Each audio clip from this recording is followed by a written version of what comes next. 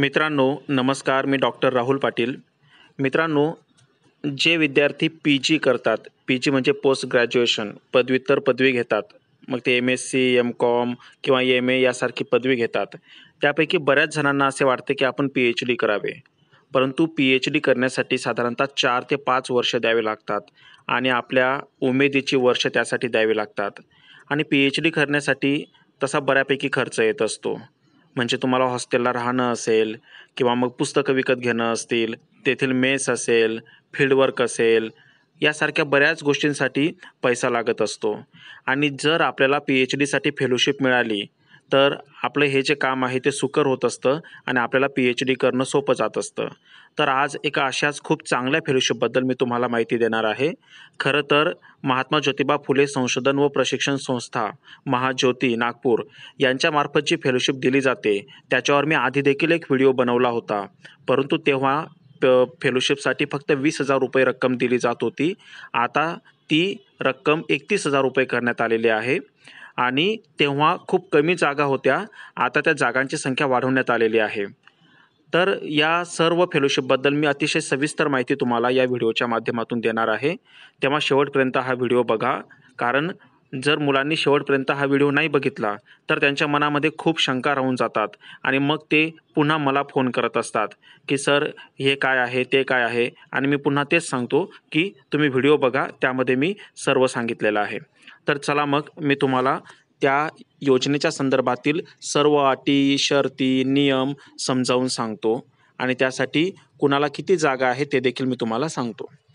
तर मित्रांनो, महात्मा ज्योतिबा फुले संशोधन व प्रशिक्षण संस्था महाज्योती, नागपूर यांच्या मार्फत महाराष्ट्रातील इतर मागास वर्ग प्रवर्ग म्हणजे ओबीसी, विमुक्त जाती, भटक्या जमाती व विशेष मागास प्रवर्गातील उमेदवारांना म्हणजे ओबीसी, त्यानंतर एन-टी आणि एस-बी-सी स्पेशल बॅकवर्ड क्लास, तर या प्रवर्गामधील उमेदवारांना पी-एच-डी करण्यासाठी 5 वर्षांसाठी आर्थिक सहाय्य योजना आहे. ही 5 वर्षांसाठी हे लक्षात घ्या.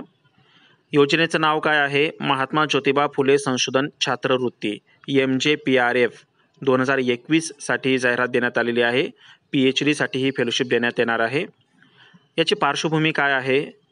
थोडक्यात सांगतो. महात्मा फुलेंचं कार्य इथं दिलेलं आहे. तर महात्मा फुलेंचं कार्य आणि त्यांचा विचार हा वारसा महाराष्ट्र शासनाद्वारे पुढे नेण्यासाठी महात्मा ज्योतिबा फुले संशोधन व प्रशिक्षण संस्था महाज्योती, नागपूर या ओबीसी बहुजन कल्याण विभागाच्या स्वायत्त संस्थेमार्फत महाराष्ट्रातील इतर मागास वर्ग प्रवर्ग, ओबीसी, विमुक्त जाती, भटक्या जमाती व विशेष मागास प्रवर्गातील 500 उमेदवारांना, लक्षात घ्या, 500 उमेदवारांना पी-एच-डी करण्यासाठी कमाल म्हणजे जास्तीत जास्त 5 वर्षांपर्यंत आर्थिक सहाय्य देण्यासाठी महाराष्ट्र शासनाच्या जशा बार्टी किंवा सारथी या ज्या पुण्याच्या संस्था आहेत, तर त्यांच्या धर्तीवर महात्मा ज्योतिबा फुले संशोधन छात्रवृत्ती ही योजना कार्यान्वित करण्याचे शासनाच्या विचाराधीन होते.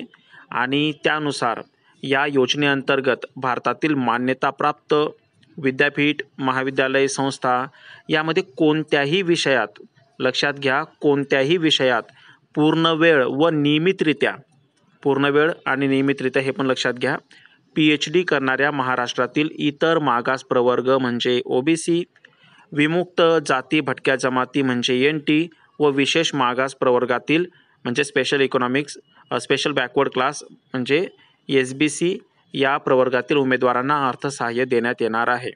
योजनेचा उद्देश काय आहे? योजनेचा उद्देश आहे महाज्योती नागपूर मार्फत महाराष्ट्रातील इतर मागास वर्ग प्रवर्ग, ओबीसी, विमुक्त जाती, भटक्या जमाती व विशेष मागास प्रवर्गातील उमेदवारांना भारतातील मान्यताप्राप्त विद्यापीठ, महाविद्यालय आणि संस्था यामध्ये कोणत्याही विषयात पूर्णवेळ व नियमितरित्या पी-एच-डी करण्यासाठी कमाल 5 वर्षांसाठी अर्थसहाय्य करणे हा या योजनेचा उद्देश आहे. मित्रांनो, यासाठी अर्ज कसा करायचा हे देखील मी या व्हिडिओच्या शेवटी सांगणार आहे. तेव्हा हा व्हिडिओ बघत राहा. त्यासाठी मार्गदर्शकाचा एक अर्ज लागतो. तो कसा आहे फॉर्म ते देखील तुम्हाला मी सांगणार आहे. निकष कोणते आहेत बघा. उमेदवार महाराष्ट्राचा रहिवासी असावा, तसेच तो OBC, NT किंवा SBC या प्रवर्गातील असावा आणि यापैकी तो नॉन क्रिमिलेअर या गटातील असावा. क्रिमिलेअर नाही, लक्षात घ्या, नॉन क्रिमिलेअर या गटातील असावा. उमेदवाराने पदव्युत्तर पदवी परीक्षा ही मान्यताप्राप्त विद्यापीठ, महाविद्यालय आणि संस्थांमार्फत उत्तीर्ण केलेली असावी. उमेदवाराने PhD धारण करण्याकरिता भारतातील मान्यताप्राप्त विद्यापीठ, महाविद्यालय, संस्थेत नोंदणी केलेली असावी. म्हणजे त्याच्या PhDचं रजिस्ट्रेशन झालेलं असायला हवं. नोंदणी नसलेली व्यक्ती योजनेच्या लाभाकरिता अर्ज करण्यास पात्र राहणार नाही. एक लक्षात घ्या मित्रांनो, तुम्ही माझा व्हिडिओ बघत आहात, तुम्हाला महत्त्वाची गोष्ट सांगतो की आता जरी तुमची नोंदणी झालेली नसली तरी भविष्यामध्ये जेव्हा तुम्ही नोंदणी करणार तेव्हा 2021 नाही परंतु 2022 असेल किंवा 2023 असेल, त्यावेळेस महाराष्ट्र सरकार पुन्हा अशी जाहिरात काढू शकतं आणि त्यावेळेस तुम्हाला ही फेलोशिप मिळू शकते. म्हणजे ज्यांना संशोधन करायचं आहे त्यांच्यासाठी ही योजना महाराष्ट्र सरकार मागच्या काही वर्षांपासून चालवत आहे. पुढे देखील ती कदाचित चालू राहील आणि म्हणून आपल्याला या योजनेचा लाभ घ्यायचा आहे. आता मात्र ज्यांची नोंदणी झालेली आहे त्यांनीच फक्त अर्ज करायचा, इतरांनी अर्ज करायचा नाही आहे, हे लक्षात घ्या. उमेदवारास PhD धारण करण्याकरिता यापूर्वी विद्यापीठ अनुदान आयोग, इतर सहाय्य करणाऱ्या संस्था, महाविद्यालय, संस्था, शासन यांच्याकडून अर्थसहाय्य अथवा आधी छात्रवृत्ती मिळत असल्यास या योजनेच्या लाभाकरिता ते पात्र राहणार नाहीत. म्हणजे त्यांना जर इतर कोणतीही फेलोशिप मिळत असेल कोणत्याही संस्थेकडून किंवा शासनाकडून तर त्यांना या योजनेचा लाभ मिळणार नाही, ते पात्र असणार नाही, त्यांनी अर्ज करायचा नाही, लक्षात. आणि माहिती लपून चुकीचा लाभ घेतल्याचे आढळल्यास योग्य त्या कार्यवाहीस ते विद्यार्थी पात्र ठरतील. म्हणून असं करू नका, आपल्या करिअरचा प्रश्न असतो. पुढचं आहे, ज्या उमेदवारांना सारथीकडून आर्थिक सहाय्य मंजूर झाले आहे ते विद्यार्थी या योजनेस पात्र ठरणार नाहीत. हे पण लक्षात घ्या. सारथी पुणे यांच्याकडून जर आर्थिक सहाय्य मिळत असेल तर त्यांनाही ही फेलोशिप मिळणार नाही. उमेदवार PhD करीत असलेल्या कालावधीत कोणत्याही स्वरूपाचा पूर्णवेळ अथवा अर्धवेळ रोजगार, स्वयंरोजगार करीत असल्यास किंवा कोणत्याही प्रकारचे अर्थसहाय्य, मानधन, शिष्यवृत्ती घेत असल्यास योजनेचा लाभ घेण्यास ते पात्र राहणार नाहीत. म्हणजे एखादा विद्यार्थी जर कुठं CHBवर काम करत असेल, ते डॉक्युमेंटवर येतं म्हणून तो विद्यार्थी ह्या योजनेचा लाभ घेऊ शकणार नाही. एखादा जर समजा आपल्या शेतीमध्ये मदत करत असेल किंवा आपल्या वडिलांच्या किंवा कोणाच्या व्यवसायामध्ये मदत करत असेल तर ते काही डॉक्युमेंटली येत नाही. पण तिथं आपण जेव्हा ही फेलोशिप घेतो तेव्हा आपलं कर्तव्य असतं की आपण जास्तीत जास्त वेळ यासाठी द्यायला पाहिजे, कारण शासन आपल्यासाठी एवढा खर्च करत असतं. आणि म्हणून तुम्ही दुसरं काय करत असणार तर तुम्हाला या योजनेचा लाभ मिळणार नाही. ज्या उमेदवाराने विद्यापीठ, संस्था, महाविद्यालयात PhD करिता एप्रिल 2017 नंतर नोंदणी केलेली आहे असे उमेदवार या योजनेचा लाभ घेण्यास पात्र आहेत. एप्रिल 2017च्या आधी नाही, हे लक्षात घ्या. त्यानंतर ज्यांनी नोंदणी केलेली आहे तेच फक्त अर्ज करू शकतात. अर्ज करताना मार्गदर्शक व संशोधन केंद्र प्रमुखांचे संयुक्त प्रमाणपत्र अर्जासोबत सादर करावे. ते कसं आहे त्याचा नमुना मी तुम्हाला सांगणार आहे. अर्थसहाय्याचा कालावधी. महात्मा ज्योतिबा फुले संशोधन छात्रवृत्ती अंतर्गत PhD करिता निर्धारित करण्यात येत आहेत. ठीक आहे.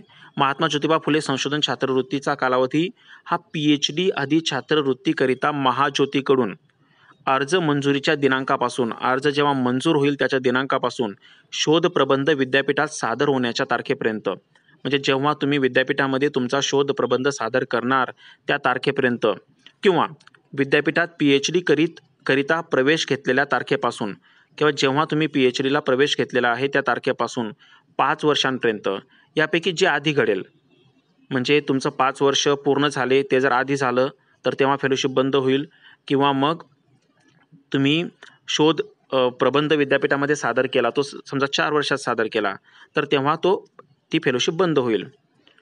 तर जे आधी घडेल तो कालावधी निश्चित करण्यात येईल. पूर्वलक्षी प्रभावाने हा लाभ देण्यात येणार नाही. म्हणजे तुमचा समजा अर्ज सप्टेंबर 2021 मध्ये मंजूर झाला आणि तुम्ही PhD 2018 पासून करत आहात तर 2018 पासून तुम्हाला फेलोशिप मिळणार नाही, तर सप्टेंबर 2021 पासूनच तुम्हाला फेलोशिप मिळेल जेव्हा तुमचा अर्ज मंजूर होईल. आधी छात्रवृत्ती उमेदवाराचा अर्ज मंजूर दिनांकापासून लागू होईल. बघा, ठीक आहे. उमेदवार 5 वर्षांच्या कालावधीत PhD धारण करण्यास असक्षम ठरल्यामुळे संबंधित विद्यापीठ महाविद्यालय संस्थेने त्याकरिता मुदतवाढ दिल्यास होणाऱ्या मुदतवाढीकरिता महाज्योतीमार्फत कोणत्याही परिस्थितीत छात्रवृत्ती व इतर अर्थसहाय्य देण्यास मुदतवाढ देण्यात येणार नाही. म्हणजे बऱ्याचदा 5 वर्षांच्या आत काही उमेदवारांची PhD होत नसते, विद्यार्थ्यांची PhD होत नसते, मग ते मुदतवाढ घेतात. तर अशा मुदतवाढीसाठी त्या कालावधीसाठी महाज्योती तुम्हाला अर्थसहाय्य करणार नाही, फेलोशिप देणार नाही. मुदतीच्या आत तुम्ही केलं तर तुम्हाला फेलोशिप मिळेल. उमेदवाराने कोणत्याही कारणाने नोंदणी दिनांकापासून ते विद्यापीठात PhD करिता रुजू दिनांकापर्यंत या कालावधीत खंड घेतला तर उमेदवारास स्वयंस्पष्ट कारणासह, म्हणजे तुम्ही खंड का घेतला त्याचं अगदी स्पष्ट कारण तुम्हाला द्यावं लागेल. संबंधित विद्यापीठ महाविद्यालय संस्थेकडून खंड प्रमाणपत्र महाज्योतीस सादर करणे बंधनकारक राहील. संबंधित कालावधीसाठी महाज्योतीमार्फत कोणत्याही परिस्थितीत अर्थसहाय्य दिले जाणार नाही. म्हणजे तुम्ही फेलोशिप घेतली आणि तुम्ही काही कारणास्तव PhD 6 महिने खंड केला, 1 वर्ष खंड केला, म्हणजे थांबवली आणि पुन्हा सुरू केली, तर या मधल्या कालावधीसाठी तुम्हाला अर्थसहाय्य दिले जाणार नाही, ही गोष्ट लक्षात घ्या. पुढचं आहे, उमेदवाराने PhD करिता 2 वर्ष पूर्ण केल्यानंतर संबंधित संस्थेतील विद्यापीठ महाविद्यालय मधील मूल्यांकन समितीकडून संशोधन प्रक्रिया मूल्यांकन करून घेणे बंधनकारक आहे. जेव्हा आपल्या PhDला 2 वर्ष होतात तेव्हा आपलं काम किती झालेलं आहे, ते समाधानकारक झालेलं आहे की नाही, तर ते मूल्यांकन करून घ्यावं लागतं. संबंधित संस्था असेल, विद्यापीठ असेल, महाविद्यालयामधील मूल्यांकन समितीकडून ते मूल्यांकन करून घ्यावं लागतं, तरच आपल्याला पुढची फेलोशिप मिळते. सदर प्रक्रिया ही 2 महिन्याच्या आत न होऊ शकल्यास संबंधित विद्यापीठ महाविद्यालय आणि संस्थेच्या प्राधिकृत अधिकाऱ्याकडून याबाबत स्वयंस्पष्ट उशीर झाल्याबाबत कारणासह अहवाल सादर करावा. लक्षात घ्या, 2 महिन्यापेक्षा जास्त उशीर होता कामा नये, झाला तर हे करावं लागेल. अशा परिस्थितीत पुढील कालावधीकरिता शिष्यवृत्ती ही बैठकीच्या दिनांकापासून देण्यात येईल याची नोंद घ्यावी. बैठकीचा दिनांक म्हणून ही प्रक्रिया लवकर करून घ्यायची. 2 वर्ष पूर्ण व्हायच्या आधीच या प्रक्रियेला सुरुवात करायचं आणि बरोबर आपलं 2 वर्ष जेव्हा पूर्ण होतील त्या तारखेला किंवा त्याच्या दुसऱ्या दिवशी ही बैठक व्हायला हवी, या पद्धतीनं नियोजन करायचं. किती असणार ही आधी छात्रवृत्ती म्हणजे ही फेलोशिप, तर PhD साठी असणार आहे, बरोबर. तर ही दरमहा 31,000 रुपये असणार आहे. खूप चांगला ही अमाऊंट आहे. ही अमाऊंट खूप चांगली आहे. कल्पना करा, 31,000 गुणिले 5 वर्ष म्हणजे 31,000 गुणिले 60 महिने आणि हिशोब करा, मग तुमच्या लक्षात येईल की आपण 19 लाखाच्या आसपास अमाऊंट घेणार आहोत. आणि म्हणून आपण प्रामाणिकपणे काम करायला पाहिजे. आपल्या संशोधनाचा समाजाला काही एक उपयोग व्हायला पाहिजे किंवा किमान आपली बौद्धिक क्षमता वाढण्यासाठी तरी त्याचा उपयोग व्हायला पाहिजे. आपोआप समाजाचं जे काही बौद्धिक क्षमता आहे ती उंचावत असते, बौद्धिक स्तर उंचावत असतो. आकस्मिक खर्च पण असणार आहे. तुम्ही कुठं फील्ड व्हिजिट केली किंवा काय केलं, पुस्तकं घेतले, तर 10,000 रुपये त्यासाठी प्रतिवर्ष असणार आहे. हा सामाजिक शास्त्रे, वाणिज्य व व्यवस्थापन आणि इतर शाखांसाठी असणार आहे. आणि विज्ञान, अभियांत्रिकी, तंत्रज्ञान यासाठी तो आकस्मिक खर्च हा 12,000 रुपये असणार आहे. जर दिव्यांग व्यक्ती असेल PhD करणारी, तर त्यांना सहाय्यक भत्ता मिळणार आहे 2,000 रुपये. ठीक आहे, हे सर्व शाखांसाठी आहे. शेवटच्या 6 महिन्यांचे जे काही आधी छात्रवृत्ती आहे व इतर भत्ते आहेत, हे शोध निबंध व तो विद्यापीठात सादर केल्याचे प्रमाणपत्र सादर केल्यानंतरच देय असतील, शेवटच्या 6 महिन्यांचे. ठीक आहे. लाभार्थ्यास PhD घोषित झाल्यावर शोध प्रबंध व PhD घोषित झाल्याचे प्रमाणपत्र महाज्योतीस सादर करणे बंधनकारक राहील. म्हणजे शोध निबंधाची एक प्रत त्यांना पाठवावी लागेल आणि जे प्रमाणपत्र आपल्याला मिळेल ते त्यांना पाठवावं लागेल, महाज्योतीला पाठवावं लागेल. स्थलांतर. संशोधन करण्याकरिता विद्यापीठ, संस्था, महाविद्यालय यात जर आपण बदल केला तर त्याबाबत महाज्योतीस उमेदवाराने माहिती देणं बंधनकारक आहे. तसेच असा बदल महाज्योतीकडून फक्त एकदाच ग्राह्य धरण्यात येईल. पुन्हा पुन्हा असा बदल ग्राह्य धरला जाणार नाही. त्यासाठी अर्थसहाय्य देखील देण्यात येणार नाही, ही गोष्ट लक्षात घ्या. कोणती कागदपत्रे यासाठी आवश्यक आहेत? अर्थसहाय्यासाठी आवश्यक विवरणपत्रे, कागदपत्रे, रुजू प्रमाणपत्र. जो लाभार्थी आहे त्याने विद्यापीठ, संस्था, महाविद्यालयामध्ये रुजू प्रमाणपत्र मार्गदर्शक व संशोधन केंद्र प्रमुख यांच्या संयुक्त स्वाक्षरीचे ते असायला हवे. इतर सर्व आवश्यक कागदपत्रांसोबत महाज्योतीला सादर करावं. जे उमेदवार अंतिम निवड होण्याआधी रोजगार करीत असतील, म्हणजे समजा आता तुम्ही रोजगार काहीतरी नोकरी करत आहात, व्यवसाय करत आहात आणि तुमची निवड झाली, तर त्या अंतिम निवड व्हायच्या आधी तुम्ही रोजगार करीत असलेल्या आस्थापना, म्हणजे जो काही संस्था असेल किंवा काही असेल, त्यांनी कार्यमुक्त केल्याचा अहवाल हा रुजू प्रमाणपत्रासोबत सादर करावा. म्हणजे रुजू प्रमाणपत्रासोबत आधी जिथं तुम्ही काम करत आहात त्यांचा कार्यमुक्त केल्याचा अहवाल तुम्हाला सादर करणे भाग आहे. आणि अर्धवार्षिक प्रगती अहवाल, जे लाभार्थी आहेत त्यांनी संशोधनाचा प्रगती अहवाल हा नोंदणीच्या दिनांकापासून दर 6 महिन्यांना सादर करणे आवश्यक आहे. त्याला 6 मंथली प्रोग्रेस रिपोर्ट असे म्हणतात. ठीक आहे, तर तो तुम्हाला सादर करावा लागतो. तो विद्यापीठाला देखील सादर करावा लागतो. आकस्मिक भत्त्याचे उपयोगिता प्रमाणपत्र, जे तुम्ही 10,000 रुपये 12,000 रुपये घेतात, तर नोंदणीच्या दिनांकापासून वर्ष पूर्ण होताच ते तुम्ही कुठं वापरलेलं आहे तर उपयोगिता प्रमाणपत्र त्याचं द्यावं लागतं, ज्याला इंग्रजीमध्ये युटिलायझेशन सर्टिफिकेट असे म्हणतात. ठीक आहे. त्यानंतर मुदतवाढ प्रमाणपत्र, विद्यापीठ, महाविद्यालय, संस्था यांनी PhD करिता मुदतवाढ दिली असल्यास मुदतवाढ प्रमाणपत्र सादर करणे आवश्यक आहे. हजेरी प्रमाणपत्र, मार्गदर्शकाकडून हजेरी प्रमाणपत्र प्रमाणित करून देणे बंधनकारक आहे आणि म्हणून तुम्ही ज्या मार्गदर्शकाकडे PhD करत आहात त्याच्या महाविद्यालयामध्ये, विद्यापीठामध्ये, संस्थेमध्ये तुम्हाला दररोज तिथं जाणं हे गरजेचं असतं आणि मग तिथंच तुम्ही ग्रंथालयामध्ये बसून अभ्यास करायचा असतो. मित्रांनो, इथे एक गोष्ट लक्षात घ्या, बरेच मार्गदर्शक हे तुम्हाला त्यांच्या कामासाठी राबवून घेतील. त्यांना स्पष्ट सांगायचं की सर, मी माझ्या कामासाठी मला ही फेलोशिप मिळत आहे, तुमच्या कामासाठी ही फेलोशिप मिळत नाही आहे. नाहीतर मग काय होतं की त्यांच्या सहीने आपलं हे फेलोशिप मिळत असते, म्हणून बरेच जण स्वतःच्या कामासाठी आपल्याला राबवून घेत असतात. तर हे खपून घ्यायचं नाही, आधीपासूनच विरोध करायला शिकायचं. मी सुद्धा फेलोशिप घेतलेली आहे, JRF घेतलेली आहे, मी 2 वर्ष आणि 4 महिने SRF घेतलेले आहे. तुम्ही जर विरोध केला तर तुम्हाला सवलत मिळेल, नाहीतर तुमचा हा संपूर्ण कालावधी गाईडची सेवा करण्यातच निघून जाईल. थोडं स्पष्ट बोलतो, परंतु जे सांगतोय ते खरं सांगतो आहे. ही काळजी घ्यायची, आधीपासून ठाम राहायचं. पुढचा आहे संशोधन अहवाल. संशोधन पूर्ण केल्याचे प्रमाणपत्र, सुरू असल्याचे प्रमाणपत्र, PhD घोषित झाल्याचे सूचनापत्र. तर हे वेळोवेळी द्यावं लागेल तुम्हाला, एकाच वेळेस सर्व द्यायची गरज नाही आहे.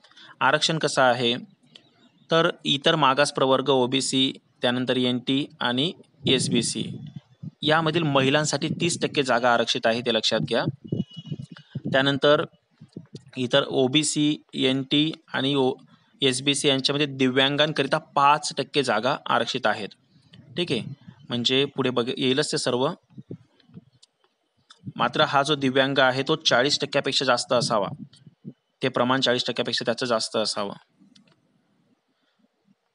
हे बघा, आरक्षणानुसार जागा वाटपाचे विवरण: दिव्यांग 5% म्हणजे 25 जागा, महिला 30% म्हणजे 150 जागा आणि सर्वसाधारण 65% म्हणजे 325 जागा, एकूण 500 जागा. सामाजिक प्रवर्ग निहाय विभागणी कशी आहे? OBCसाठी 59% जागा आहेत, म्हणजे 295 जागा 500 पैकी. VJNT साठी 35% जागा आहेत, म्हणजे 175 जागा आहेत. आणि विशेष मागास प्रवर्ग, ज्याला SBC असं म्हणतात, 6% जागा आहेत, म्हणजे 30 जागा एकूण आहेत. क्षेत्रनिहाय सुद्धा आहे त्याच्यामध्ये, शहरी क्षेत्र, ग्रामीण क्षेत्र, आदिवासी क्षेत्र. शहरी क्षेत्रासाठी 40%, ग्रामीण क्षेत्रासाठी 40%, आदिवासी क्षेत्रासाठी 20%, म्हणजे 200, 200 आणि 100 अशा 500 जागा आहेत. प्रवर्ग क्षेत्रनिहाय जर विभागणी बघायला गेलं तर OBC शहरी 118 मुलांच्या जागा आहेत, ग्रामीण 118, आदिवासी 59 अशा एकूण 295. विमुक्त जाती भटक्या जमाती 70 या शहरी जागा आहेत, ग्रामीण 70 आहेत, आदिवासी 35 आहेत आणि एकूण 175 जागा आहेत. विशेष मागास प्रवर्ग या कॅटेगरीमधील शहरातील 12 जण, ग्रामीण भागातील 12 जण आणि आदिवासी भागातील 6 जणांना फेलोशिप देण्यात येईल, एकूण 30 जणांना. आणि मग इथं संपूर्ण विभागणी केलेली आहे. ठीक आहे, ते समजून घ्या तुम्ही, व्हिडिओ थांबून हे वाचून घ्या. पुढे जाऊ आपण. विषय यादी व जागा विभागणी. कोणत्या विषयासाठी किती जागा ठेवलेल्या आहेत राखीव? सामाजिक शास्त्रे याच्यासाठी एकूण 25% जागा आहेत. इतिहास, भूगोल, समाजशास्त्र, राज्यशास्त्र, संगीत शिक्षण, शारीरिक शिक्षण, प्रशासन, कायदेविषयक, मानसशास्त्र, तत्त्वज्ञान, गृहअर्थशास्त्र, अर्थशास्त्र यासाठी एकूण 25% जागा आहेत, म्हणजे साधारणतः 1,200 जागा आहेत.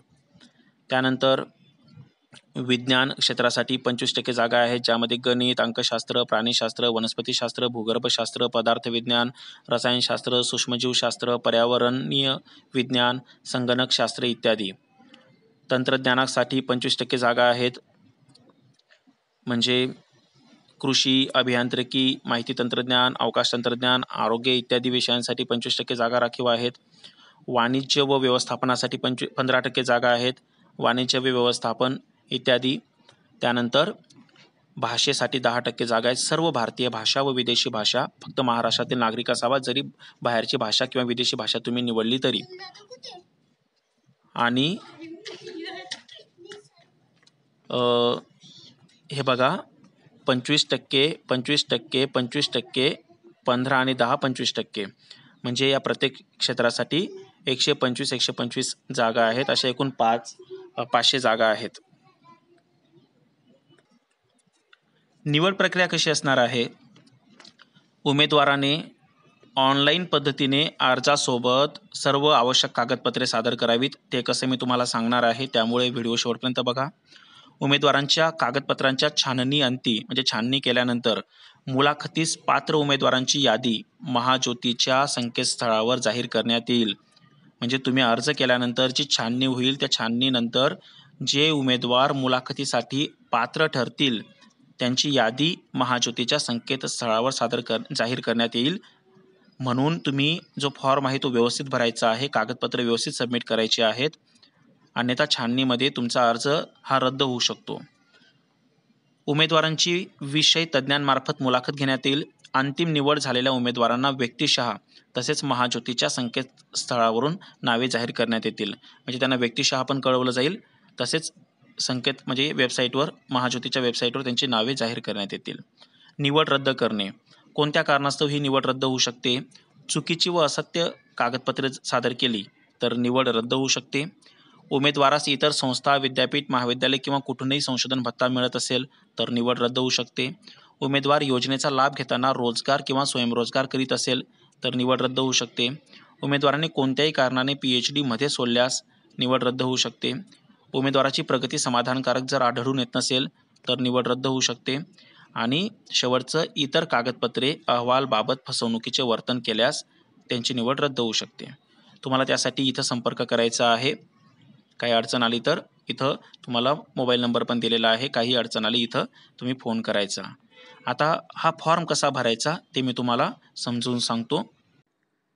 मित्रांनो, ऑनलाईन पद्धतीने हा फॉर्म भरण्यासाठी तुम्ही गुगलवर जायचे आहे आणि गुगलवर mahajyoti.org.in हे टाकायचं आहे आणि तिथं क्लिक करून मग तुमच्यासमोर अशी ही वेबसाईट ओपन होईल.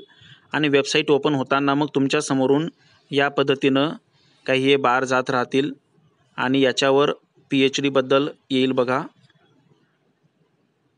हे बघा, हे जे चालू आहे तुमच्यासमोर, महात्मा ज्योतिबा फुले संशोधन आदी छात्रवृत्ती 2021 फॉर PhD.